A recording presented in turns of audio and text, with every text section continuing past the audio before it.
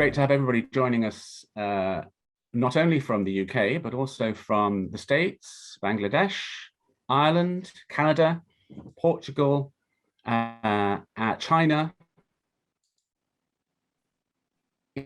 India, and the prize for the person who is staying up latest goes to Alistair from the University of Queensland, who I make it is at 11 o'clock. So I hope you're in your pajamas with a cup of coffee listening to the webinar. And thank you for joining us.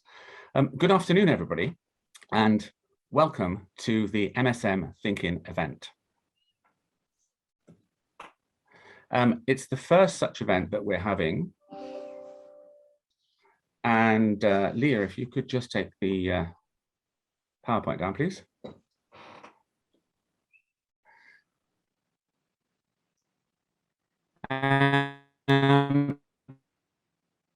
We are having our first MSM Think-in. MSM's been doing webinars throughout the pandemic, predominantly for agents and students, as you would expect, as part of the customer journey for international student recruitment.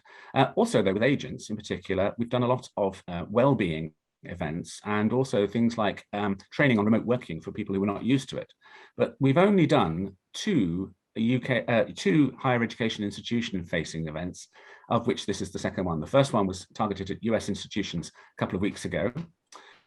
And so we're very grateful everyone could join us, and particularly very grateful for our three speakers to spend the afternoon, for an hour this afternoon, talking about this topic of third-party providers and the recipe for success.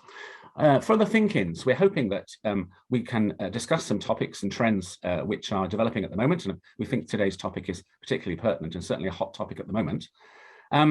We hope also that we'll set some context and consequence for the topic. So the why discuss this? Why is it important? And also the so what? You know, what does it mean for us, and how are we going to react to these particular trends? And in particular, for those of you listening, to incite some ideas, some opinions, and some actions. And so for me, it's a bit like whenever I attend a conference, I always have two aims at a conference. One is to have a good idea, and the other is to make a new buddy that I'm going to stay in touch with. Now, we're not facilitating you making new buddies, unfortunately, this afternoon, but hopefully you will have some good ideas. So we can only get underway and keep tight to time. We've got a 50-minute format today because I was conscious that we're followed immediately by the Global Student Satisfaction Awards, which many of you may be attending. So I thought we should make sure that we've got an appropriate comfort break between the two, or whatever you're doing at on the hour after this webinar. And it's my job to keep time. And so I better shut up so we can get underway. So let me just start by introducing, and very gratefully, our three speakers. So Vivienne Stern, double award-winning Vivienne Stern, may I say, having been recognized for your really hard work by the Pioneer Awards and the European Association of International Education. So I'm very richly deserved there. So welcome, Vivienne. David Pilsbury, you are brimming with experience in this field. Having telling me I'm an old man, Andrew, is that right? Full and rich experience in this area. So we're looking forward to your insights. And Ray Priest, joining us from your evening in Thailand. And I hope you do have a libation off screen that you can enjoy for your hard work after the webinar is over. Just coffee to keep me awake.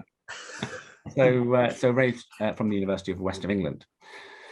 So let's kick off, and maybe I can start, Vivienne, by asking you about the landscape issue. I mean, I was struck at the Pioneer dinner that we attended in September, how many new names, providers and brands seem to be in the room who are aiming to enter the space of third-party provider in the relationship between higher education institution and students. So what do you see of the current trends and developments, and what do we think about it? Well, I think, you know, from a UK perspective, we've been through a period in which it felt like, you know, we were sort of stagnating in terms of as an attractive destination for international students, and that's clearly changed. It feels like interest in the UK is booming, and not for every institution, but for many institutions, the pandemic has been far from the disaster that many predicted. And it's obviously a huge business opportunity for organisations that can help facilitate mobility to the UK. And I think some institutions, some organisations that previously had strong partnerships in other parts of the world, including places like Australia, which have had closed borders, are looking to strengthen relationships with the sector that is on the up. And the other thing, and I'm sure we're going to come to this, is that it feels like there has been a hugely exciting period in the development of education technology used by third-party providers to support the pathways to the UK. And I think that is opening up new models of recruitment, which will change the sector. Thanks. And do you think, I mean, I was mindful this year, we've seen the emergence of Wheeler and Ukisa and their framework for working with agents, which is now being extended to talk about third-party providers. What do you think about this, this idea of setting frameworks for institutions to work within and for the providers to work within too? So I should say we were very supportive of that. We were involved in the process behind the scenes, and really think it's an extremely important initiative. And the reason for that is that, you know, I suppose from where we sit, one of the sort of principal tasks that we have in Universities UK International is to try and make sure that the conditions are right, that universities can welcome international students. And everybody knows that depends on political decisions and political will, political support, particularly when it comes to things like visas. And we've been through this long period in the UK where, you know, the political wind was against us. It's changed and we're doing much better, and the political wind is at our back. But we need to make sure that we maintain our own standards of practice, such that nobody gets nervous about this area of activity, that there's a high degree of trust and confidence in the way that universities present themselves overseas, the way that they serve international students and their agent practice. Yes, I think trust and confidence are really key words. I'm sure we'll come back to them. And David, you've made a change in your career this year. What do you think about the sort of overall landscape, and what's attracted you to your current role? Well, you're absolutely right, Andrew, that there is this proliferation, this mushrooming of private providers. And that was the reason we ran this webinar that MSM was involved in June that got over 2,000 people logging on. It's because people are then unclear about how they sort the wheat from the chaff out in that. And the challenge for us all is that the complexity of universities has grown exponentially. And unless institutions are enabled to let go of the things that are not core, they are going to struggle to deliver the core. I think that's the message. Yes, we can do anything, but we can't do everything. And we've already got our heads into accommodation and security and food. All of these things we think are marginal, we're happy to give away. And we've gone some way down the path with recruitment, as we're going to explore. But there's a lot more to come. And the reason I've shifted is that there are so many compliance and regulatory issues within universities. I think they're going to really struggle. I mean, in Coventry, we identified there were 40 different organisations that had a say on what Coventry did. I'm not saying that's a bad thing. I'm just saying that there's something that we have to deal with. The compliance burden is enormous.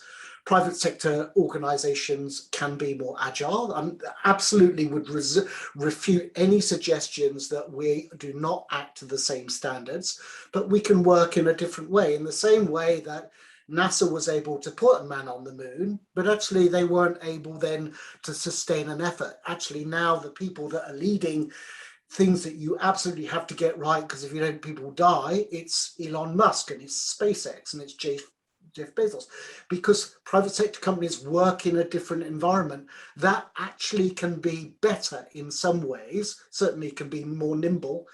And that's what the sector needs. We need this blend of public-private partnerships going forwards.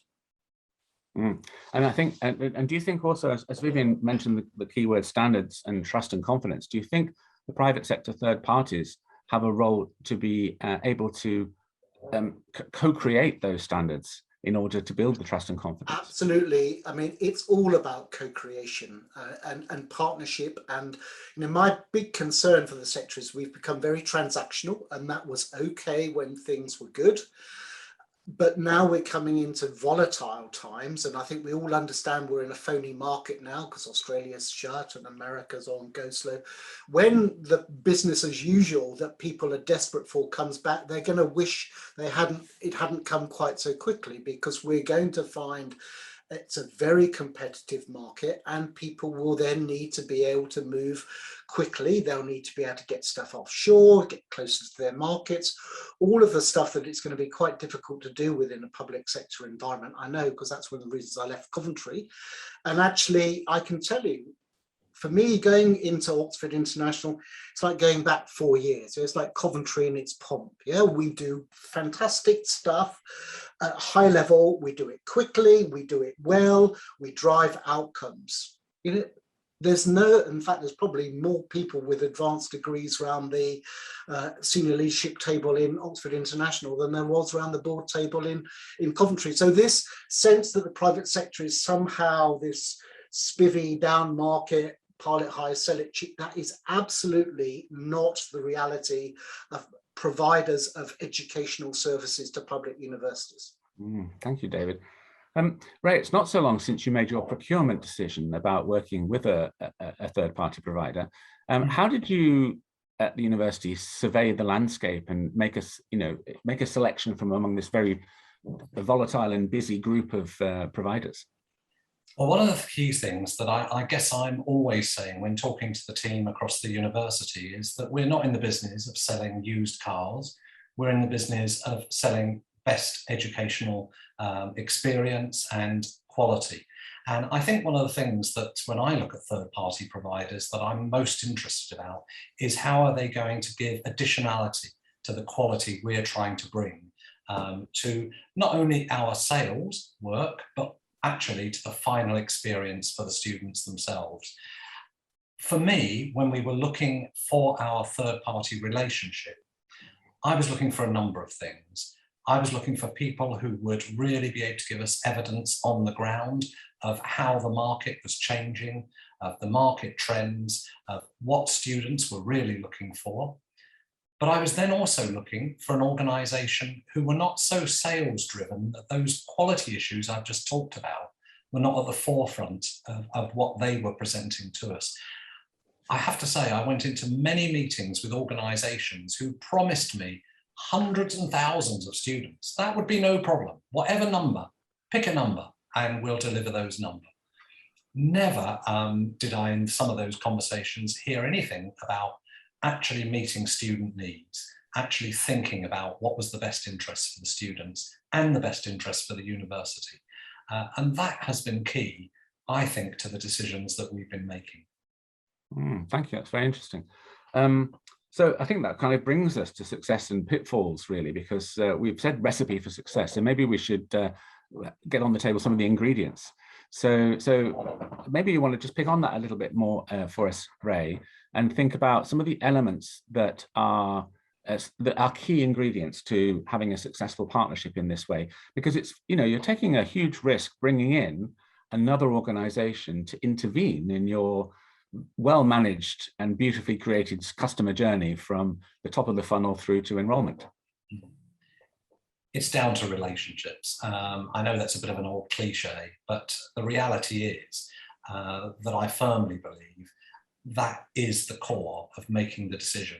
The people that you meet, the people that are employed by that third-party company, and the relationship that you strike up with them in terms of your mutual sharing of values. If your values are not in line with each other, you're going to be on a rocky road from the beginning. And I think that was key to our decision-making process. It was really, were we going to find a third-party provider who, yes, of course, we're in the world of business as well. We accept that they're there to operate with a profit.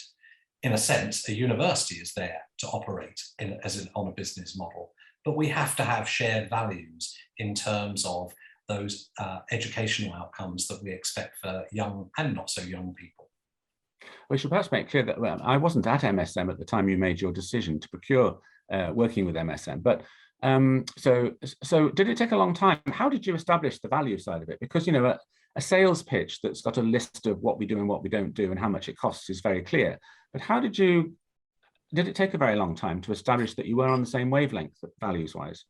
Believe it or not, the decision was made in less than a week. From meeting a number of providers, then actually meeting the owner, the person who started MSM, and meeting 2 or 3 of the key people who were part of the organisation. That was the convincing factor. The conversation, we were immediately aligned in terms of what we were trying to achieve.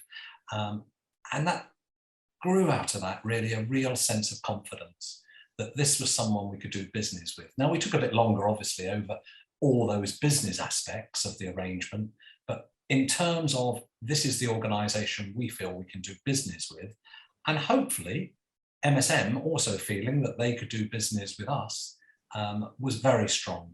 It was like one of those first meetings when you fall in love with somebody straight away. Interesting. It's analogous, isn't it, to some of the decision making that parents make at these education exhibitions when they pick a counsellor from a university and decide to expend all of the money and effort on sending a child abroad simply because they had a good rapport with the person who was standing on the stand at the time.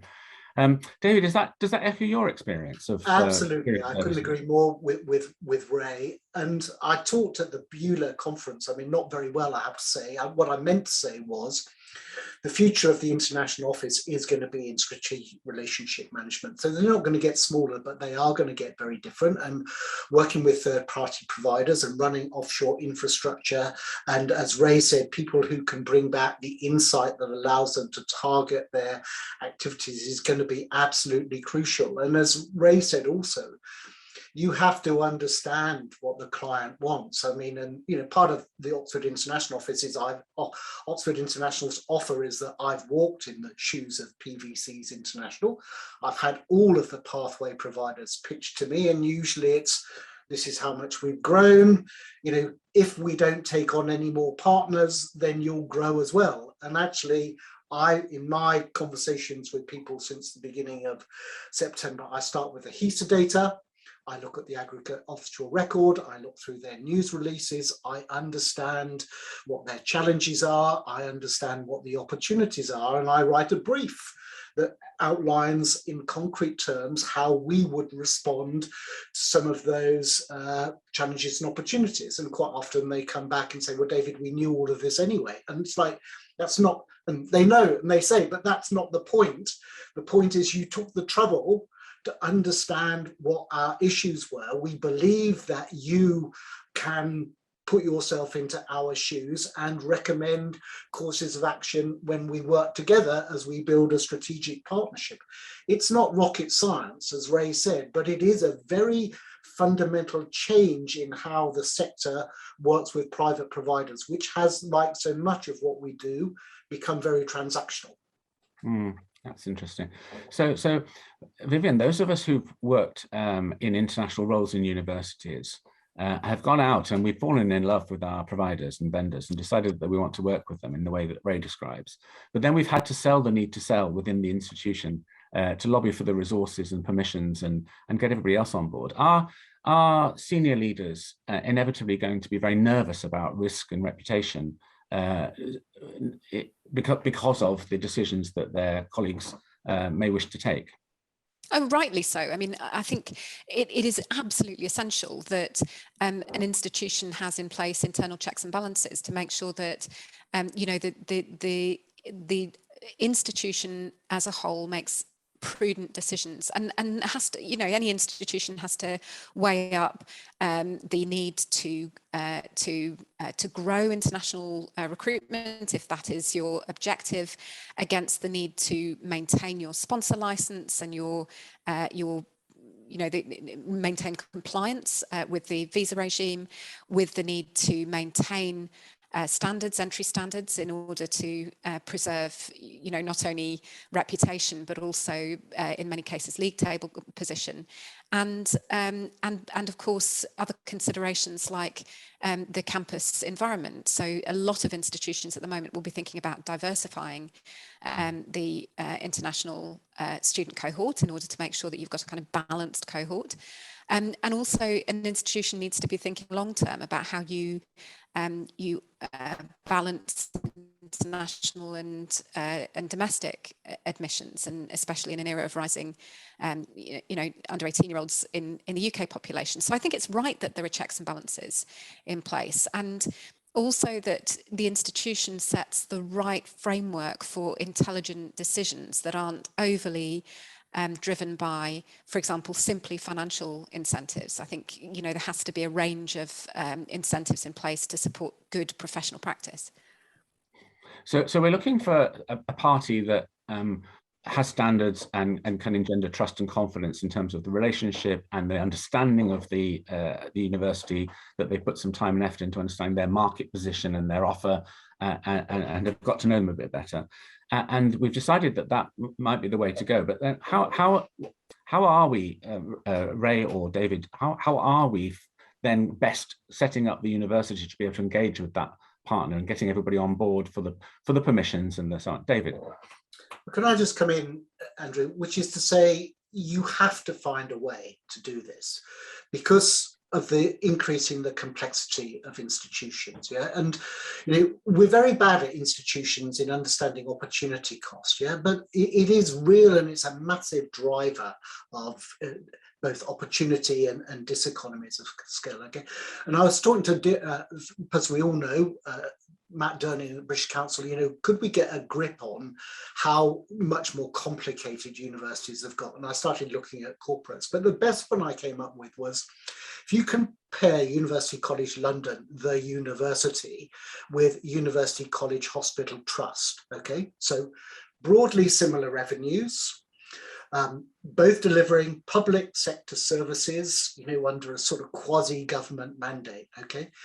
It takes University College London 50% more staff to deliver the same revenue, same level of service than it does University College London, because of the complexity, because of the scope, the geographic scope, the business scope, the regulatory environment. I think I said earlier, you know, Coventry's got, I think I said we found that we had 40 different regulators. So in that context, you can't do it all on your own. So you have to find people who can take things forward. And as Ray said, you need shared vision. I think shared investment is good, that, you know, and that may not be financial investment, but you're investing equally in the resources that you bring to the table.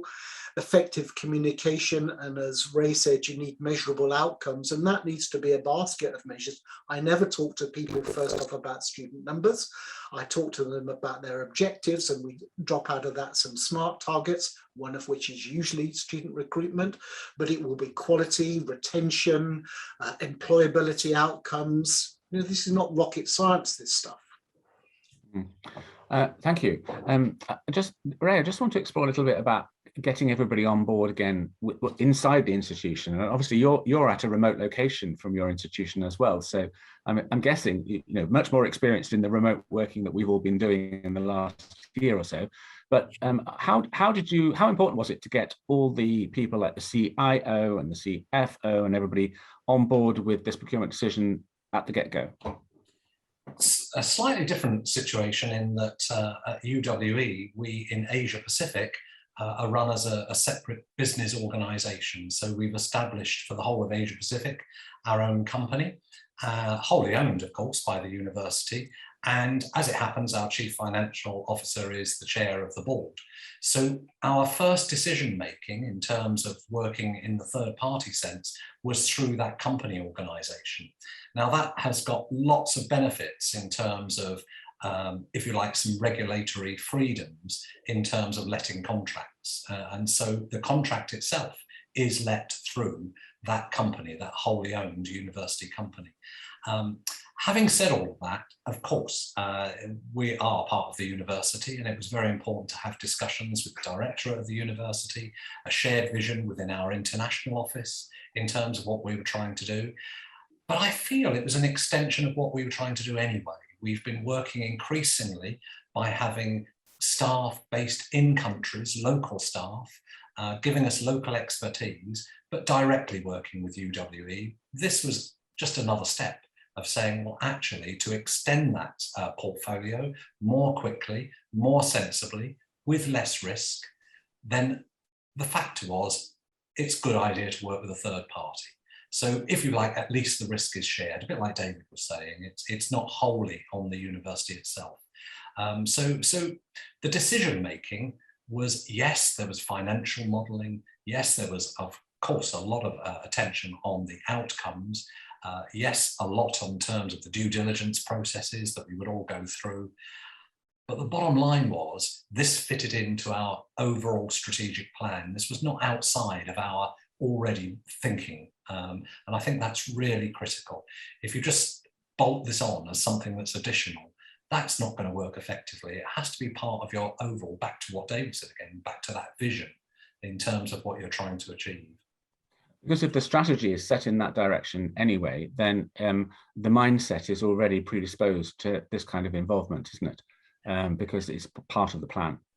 Exactly. So the one thing I didn't have to do in terms of my discussions with the university when we were looking at the different companies, I wasn't establishing the fact that we were going to do this. We'd already had that strategic conversation before we even started to have conversations with third-party providers.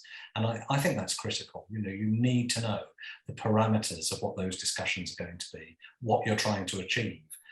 Because at the end of the day, as we said, this is a conversation of equals between the third party and yourself. So you don't want to go into that conversation just as the listening ear. I wanted to go in very clearly with our view of how things should be and what we wanted. Yeah, I think that is very critical, and it can often be lacking when people are receiving the bid or the pitch from the vendor. And I've actually had many conversations myself where people have said it's very refreshing not to have something presented off the shelf, but that can actually be built to suit what it is the client wants to do. I mean, is this actually new, Vivienne? Are we really inventing the wheel here? Because we've worked with agents, we've had overseas campuses, we've had T&E provision. Partnerships have never not existed, really. Are we having a false proposition here that this is something new that we need to reinvent, or are we drawing lessons on what makes good international partnership anyway?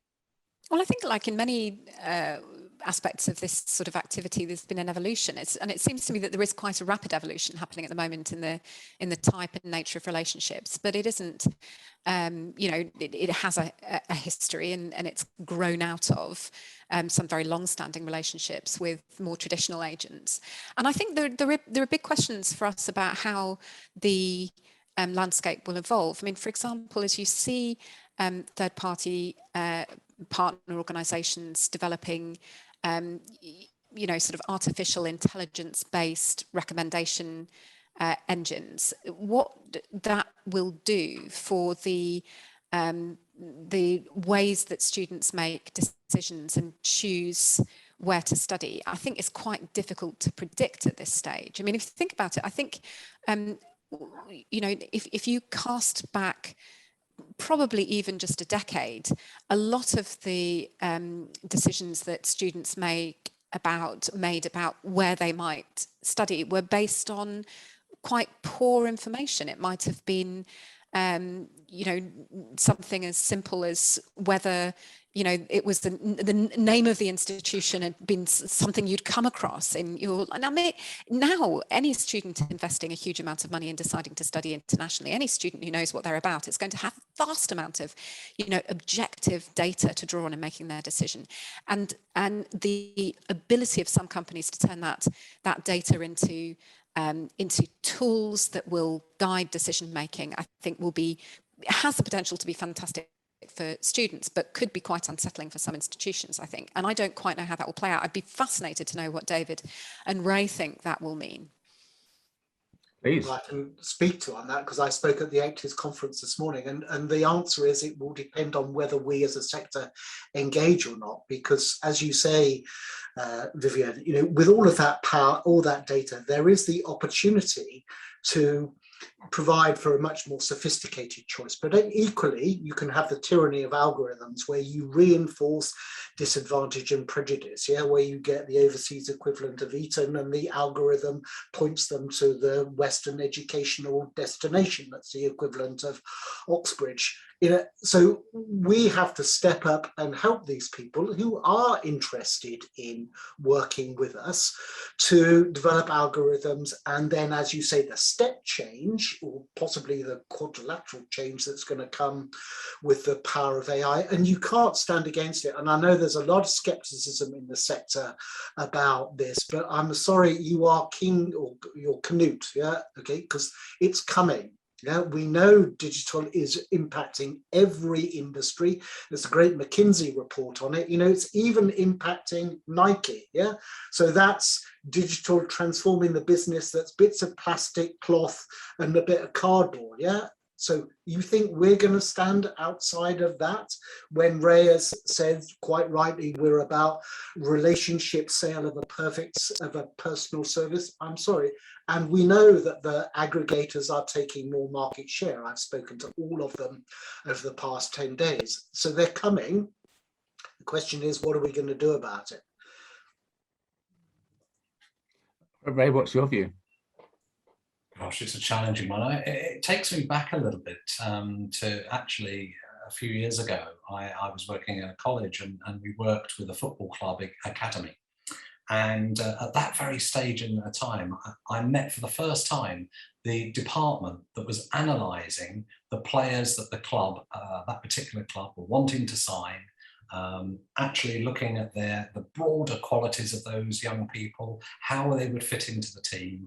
And I just remember at that time looking at that and thinking, I wonder if that's ever going to play out in some way in higher education. And here we are. I mean, it's taken several years later, but we are in a position, and I think this is so right what David said with the aggregators coming on board.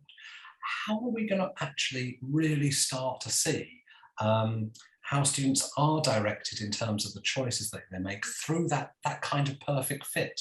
We work with an organisation who work across schools in an aggregator sort of way, and already so much of the focus of the activity, which is all digitally focused, is on matching, best match between the student and your university. And the thing that really challenges me is that I feel we're not getting sufficient share. So why is that? What's missing? What is not there that's appealing to the young person and not enabling us to have that match? And we can't avoid that discussion. I think David's absolutely right. We can't be head in the sand about that, because if we are, there are going to be many universities that are going to lose out in terms of recruitment, because the picture is changing.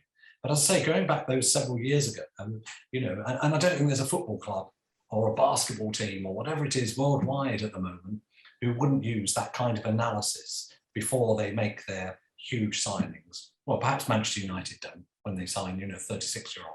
I don't know. No matter how much we may feel that we want to turn back the tide, the decision makers, the students, are in a world where they expect this kind of support in their decision making in daily life, whether it's buying Nike or choosing a university destination.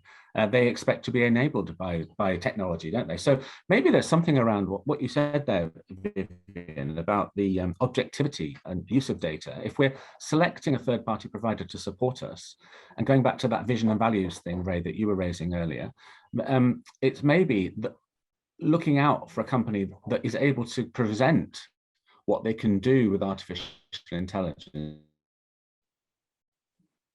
in a way that builds the standards, trust, and confidence that it's going to be used in a responsible way for decision making, rather than in a kind of Facebook Russian elections type of way that we've come to look down upon. I mean, obviously, I don't have the on the ground experience that David and Ray would have, but for me, the question would be, what can this enable me to understand that I couldn't understand before? Because the data goes both ways. To me, it seems plainly a good thing that students have more and better information on which to base a life-changing decision. And I don't know of any university in the UK that isn't interested in making sure the students that they educate get a really great experience out of it. So those interests should be aligned.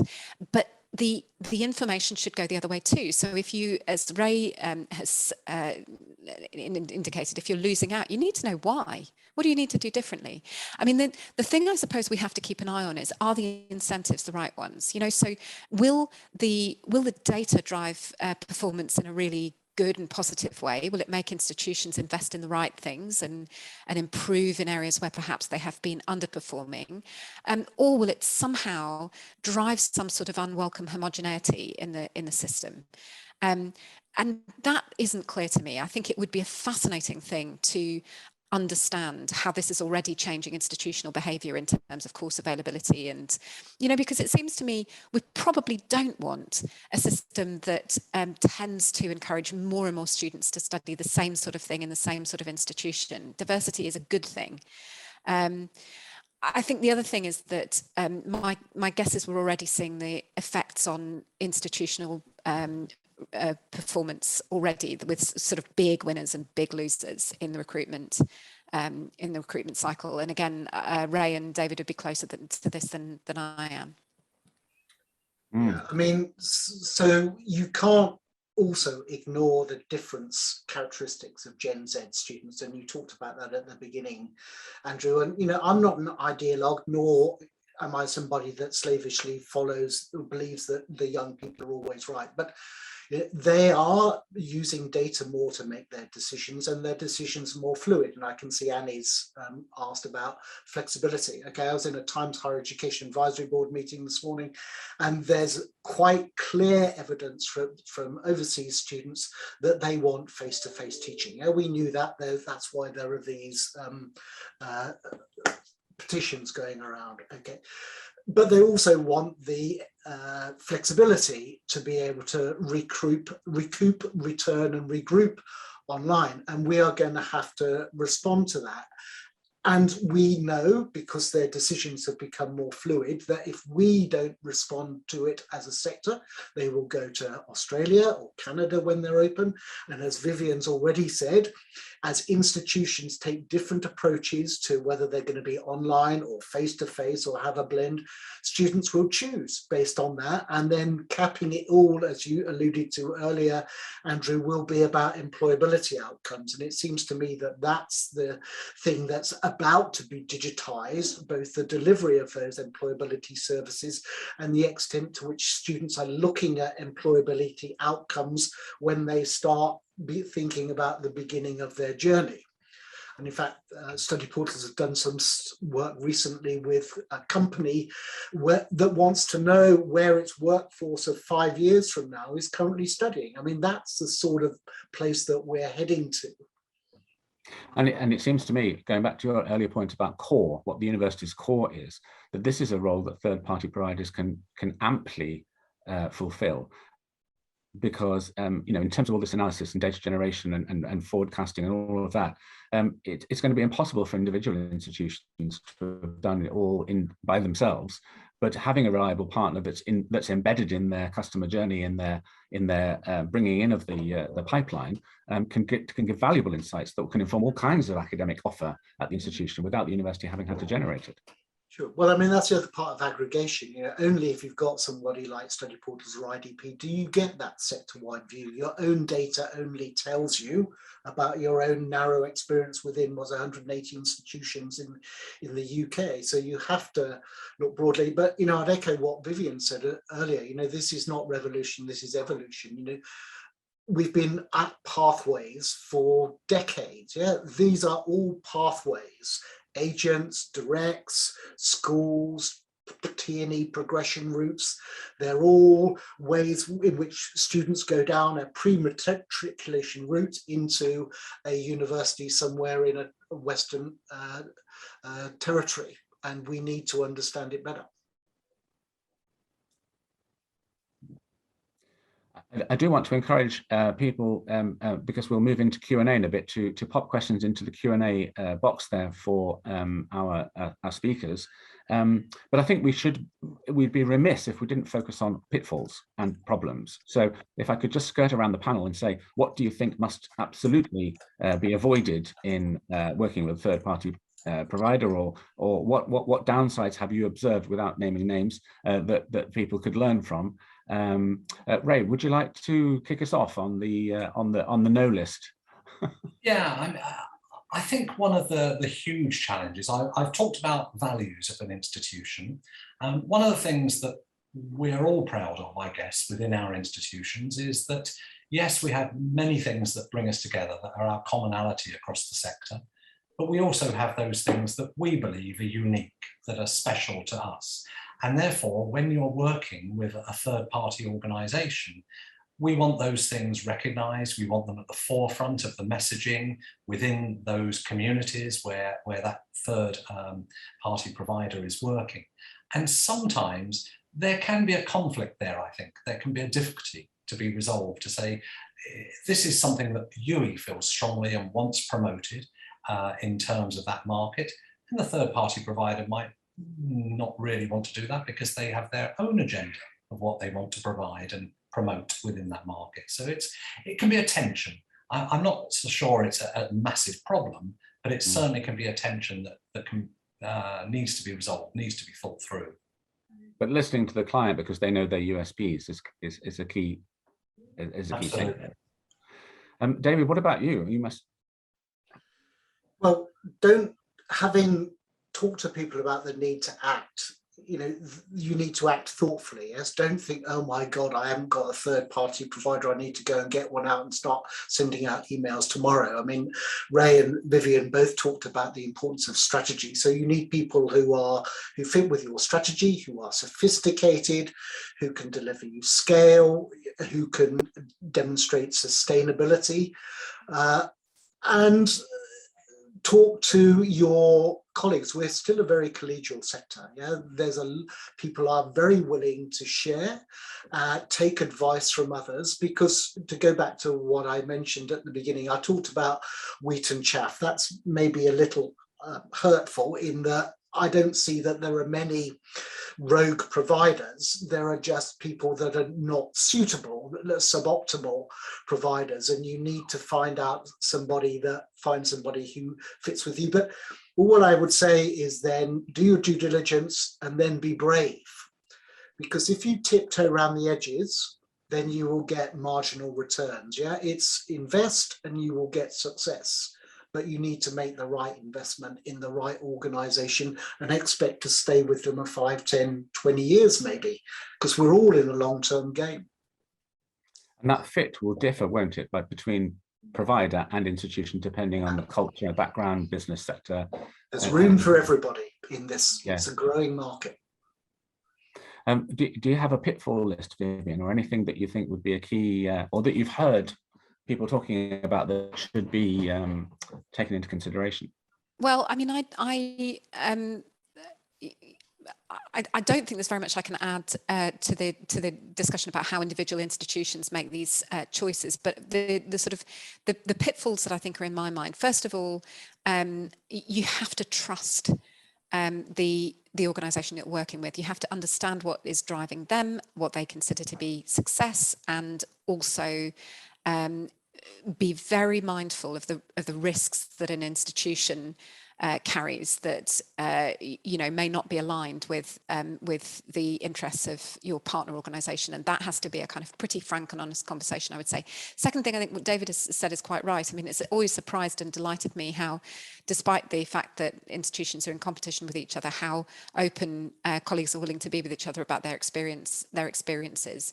And thirdly, I think also going back to a point I can't remember, maybe Ray made about the data. You can go and look at what has happened at individual institutions over the last 5 years and try and work out what did they do right. Find an institution that you think has got a great approach that's bucking the market, that's doing well, that is, maintaining all of the things that David talked about in terms of outcome, satisfaction, postgraduate employment, completion and continuation rates, and the things that really matter, and make sure you understand how they got there, because I think that tells you a lot. I think the only other thing I would say is that it's just, I mean, David talked about being long-term. I think it's just very important to understand both what the long-term strategy is and how what you're doing tomorrow and the next day fits with the long-term strategy, but also understands these. I mean, we've had such a shocking couple of years. Understand what the short-term shocks could be, what the kind of risks that tomorrow's shock could be, because I think there are some things that could change very, very quickly, and you need to be aware of that. I I think that's an excellent point, that at beginning a relationship now, mindful of the experience we've had, then what is the scenario going to be, and how are both sides going to carry each other through in that spirit of partnership? I think that's a really excellent tip. I was also thinking while you were talking there that as well as planning the entry strategy, isn't planning the exit strategy equally important? Both should anything go wrong, but also thinking, you know, once the 5 years are up and it's all been successful, we may wish to continue, but we may want to do other things. Isn't that a full and frank conversation to have at the beginning, David? Well, I think if you were signing up with an organisation that was going to be the same in 5 years from now as it, then actually that's the wrong organisation. So I wouldn't I mean, I'm not convinced about that for a purpose. I mean, you know, my previous Vice Chancellor used to talk about the investment of BMW in Swindon, you know, and how everybody was upset when they went out. It's like, well, we said we were in for 10 years and now we're out. I mean, I don't subscribe to that view. I think actually partnerships do fail or they change, but actually the sort of depth of understanding that you need to deal with the increasing complexity that's going to come. And Ray talked about the sophistication of what he's got. You know, my starter for 10 would be to think that that is a very long-term relationship, and I'd be very unhappy if I had to come out of that after 5 years. I mean, we did look at terminating one of our pathway providers after 5 years. I would have done so. We carried on, it got no better. So I absolutely understand that you need an option to exit, but if you choose the right organization, they will want to develop with you. Yes, very good point. We have a question in the question box there about retention. Ray, is this something that is on your mind, about students having selected via your party panel, via your third party provider to come to UE? Is it something on your mind about them staying? In terms of that, do you know that it's an interesting question, because it isn't something that went through my original thought process when I was actually looking at the third party provider, but it is a key. And so actually the question, I haven't got an answer to it. I think my response would be, thank you for giving me something to go away and actually think about. Cool. And James, thank you for your question. You've posed something that's really key there, because I've had conversations recently with institutions that say they want to have a small number of very key alliances. So panelists, do you think it's good to spread your bets and have different providers for different provision? Or do you think it's good to have one large provider that is supporting the university through a range of options? David?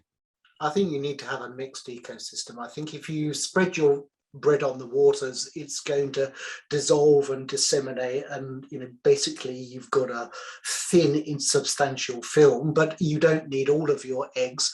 But you know, the flip side of being now being large and complicated businesses, that you need 3 or 4 different partners, and they will each have areas of focus but will overlap. I mean, you and I have talked about that, Andrew, about a relationship between MSM and Oxford International. So we've got some small areas of overlap, but actually equally distinct areas of focus. So we could partner, and I think that's a sensible approach. I would expect every organisation to have between 6 and 10 key strategic partnerships that would be providers of one sort or another.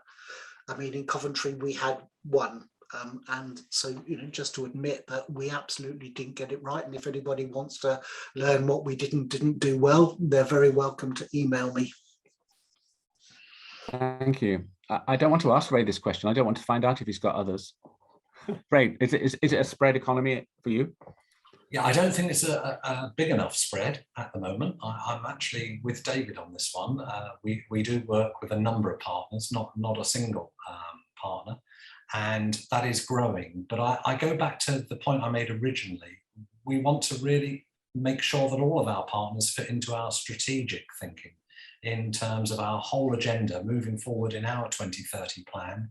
It's important that all of the partners that come to work with us at some point can be seen as part of that jigsaw.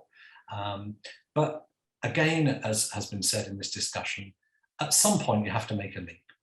You know, you can go on trying to do all the risk analysis, all the due diligence in the world, but at some point you just have to take and have the confidence to take action. And then I am with David. I think you have to go through the road, which will be rocky at times, but say this is not something that the first problem we encounter, that's it, we're out. It's got to be, we're going to solve this together and work at it together over a period of several years. Well, colleagues, I've thoroughly enjoyed all of that. It's been a fantastic cant around a very large topic, and thanks so much for all your insights and the time that you've given to the webinar this afternoon. I did promise everybody that they'd have a comfort break before their next activity on the hour, and that does include us, of course. So we will conclude now. So thank you. And for the panelists, thank you for joining us. David, you've got your hand up. Oh, you're saying goodbye. If you have any questions about Emma, otherwise, thank you for joining us this afternoon, and we hope that you've really enjoyed this MSM Think-in. Good afternoon. Bye. Thank you, Chair. Thank you. Thanks. Thanks, fellas. Bye. Bye. Bye.